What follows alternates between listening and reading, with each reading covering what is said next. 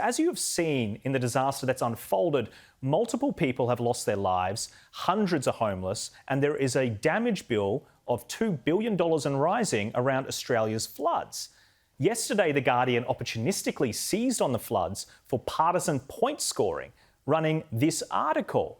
New South Wales flood-affected towns turn to Facebook and WhatsApp after local news sources disappear.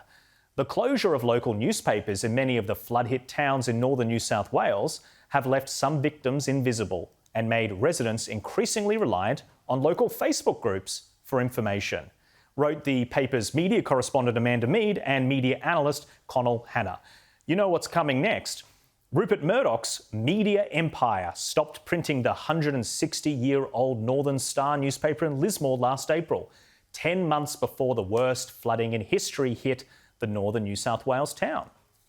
The Star was one of at least 20 News Corp Australia mastheads which were absorbed by capital city mastheads. The Star also lost its own website, becoming a page on the Daily Telegraph website, as well as going behind a paywall.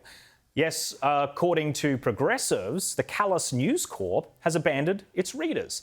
And while The Guardian did mention that reporters on the ground were covering the floods well, the piece still stoked fury among the reporters who felt disrespected while working in such tough conditions. St George Shire Standard journalist Eliza Barr tweeted, "This is an utterly reprehensible display of disrespect to my amazing colleagues at the Northern Star, Tweed Daily News, Byron Shire News, Ballina Shire Advocate, Grafton Daily Advertiser and the Coffs Coast Advocate." And from Liana Walker of the Tweed Daily News, "Reporters on our team have lost their homes and being displaced, and we are still working extremely long hours every single day in the communities we actually live in. The way this targets my team while we are down is needlessly cruel and shameful." And from News Corp's Peter Brown, "The journalists at these mastheads have published thousands of words on these floods, thousands." And as for The Guardian, implying that local residents had to go past the Daily Telegraph's paywall to see coverage of the floods, well, that's a laughable smear. Liana Walker, again. For what it's worth, here's the free rolling coverage we've been getting out to our communities, which again, we live in. In short, these journalists are on the ground and doing exactly what they're supposed to be doing, and then some. The restructure of News Corp regional newspaper hasn't changed that. In fact, the organisation as a whole, including this station, is responding appropriately in covering the floods. We've been dealing with some pretty big high tides here through the day, and it's been pushing that river level even further up. So again, there's been this almost frantic pace to get more sandbags on top of that levee for just another day. They've been driving a bushfire trail to school because the road is damaged, which has been extremely hard, especially this little one. She's found it quite hard, but we're doing our best, aren't we? We're doing our best. I was one of the Ballina residents who was forced to evacuate their homes on Tuesday morning. There's about 100 or more of us at this particular centre. There's some pretty tragic stories coming out. The further we see the extent of the damage in Ballina. That final reporter we just saw was Tessa Fleming of the Northern Star.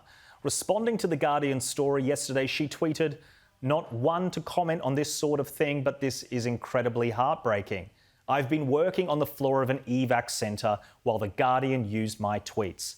I've been trying to keep it together through this whole thing, but reading this just made me burst into tears." Yep, classy stuff there from those two Guardian journalists.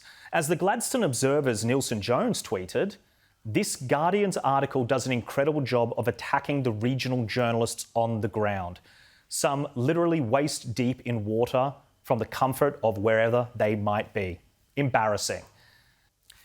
Well, James, what did you make of The Guardian's hit piece on these reporters who are out there in the floodplains? Some have lost their own homes. They're talking to these people in evac centres, and Amanda Mead has the audacity to write a story criticising them and their journalists from the comfort of her dry home. Well, I couldn't believe it, Jack. I thought it was reprehensible, appalling, all of these things. But beyond that, it was ignorant and illogical, okay? So she's going off here because she says, oh, you know, the evil Rupert Murdoch, the evil News Corp went and restructured their papers, and now all of these things are online. Well, hello, Amanda. You work for an online publication.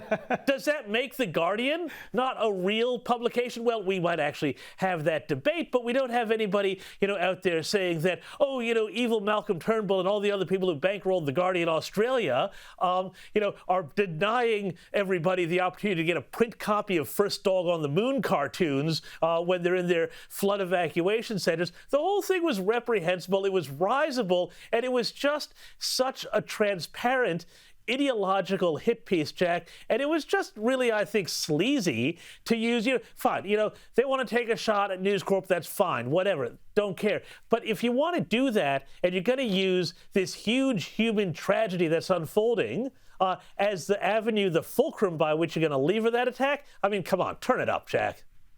Sophie, your thoughts? Well, in line with what James said, it was absolutely sleazy, Jack. And I would like to know from The Guardian, how many regional journalists do they have based in these regions that have been hit by floods? How much money do they invest in the regions? Something which I'm still trying to get to the bottom to, and so is my colleague. So it's incredibly ironic that they're bagging News Corp. It's a shameful piece of journalism. And one that, the Turnbull Times is obsessed with bagging Murdoch, and this is just one that has holes all through it. But front up with your figures, Guardian Australia, and show us how many journalists you have on the ground permanently in these flood-ravaged areas so we can compare. And I very much doubt they'll tell you, because I can promise you one thing, Sophie, we will have more bodies on the ground covering these floods, and we'll keep doing so regardless of what The Guardian thinks.